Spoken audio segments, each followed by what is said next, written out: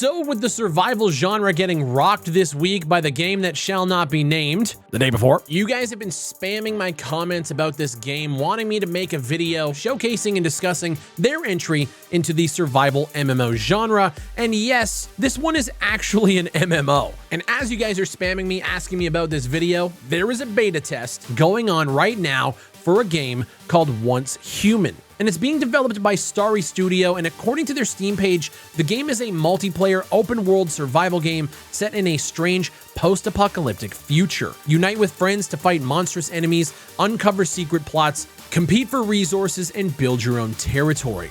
The game is set to release in Q3 of 2024, so we got about a year of development time left to go. So with this beta test going on now, they're trying to gather player feedback, show the game off to the public, and reach out to creators to do both of those things. Leave a like on the video and subscribe for everything shooter related, and this is my in-progress thoughts on the beta test of Once Human. Keep in mind, everything I say in this video is subject to change, both good and bad things, because we have a year of development left, so I don't know what the final game is going to look like, but let's jump into it. So this game was originally called Project EOE. I've heard murmurs about the game for the last couple of years, and it was being developed for both mobile and PC. The rebrand has happened, and we now have Once Human. And looking back a couple of years ago to see where the game was to where it's at now, kinda crazy. When you first enter the game, you're greeted by a character customization system that reminds me a lot of Naraka Blade Point. Naraka Blade Point! And so I went hog wild like I did with Naraka, and this was the result.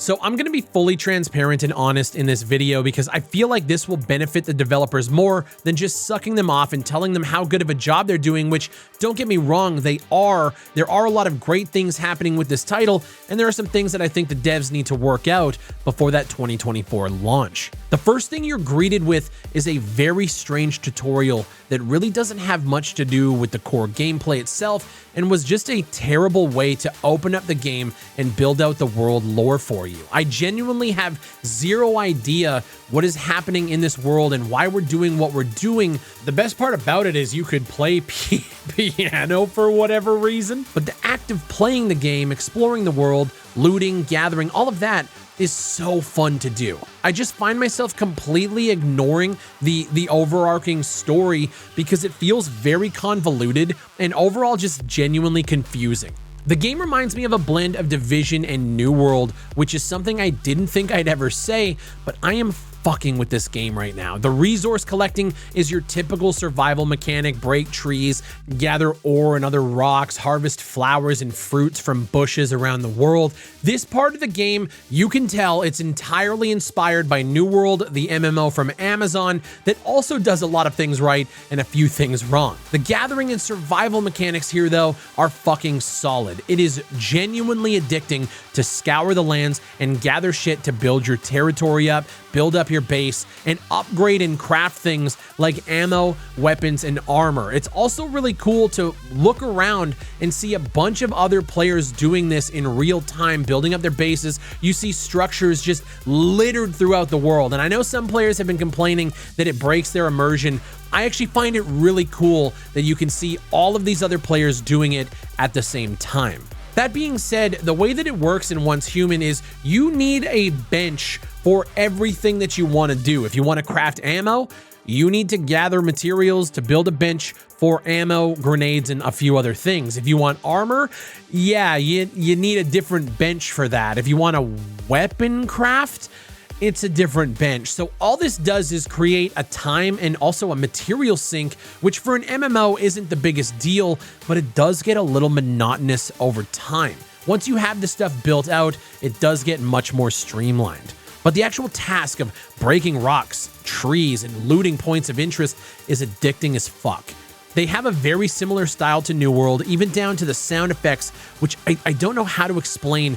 But both of those titles have a very addicting nature to everything that you do. The clinks of the tools on the rocks, the wood chopping sound, it all adds up to a very enjoyable experience, so they have that on lock. The overall performance of the game is, I would say, its biggest drawback right now. A lot of it seems to come down to server performance, loading in all of the structures, players, monster respawns. It's definitely a lot, and it needs to have serious optimizations before it goes out. Hitting the zombie creatures is kind of weak right now because you can see them jitter around in weird ways, so when you're dealing with melee combat, it's just kind of lame. When you get guns though, that's when things kind of open up a bit. There's a ton of shit to level up and unlock for the guns, attachments, weapon mods, the Division style rarities from gray, green, purple, and so forth. It's a real MMO in a crazy environment that actually looks pretty good.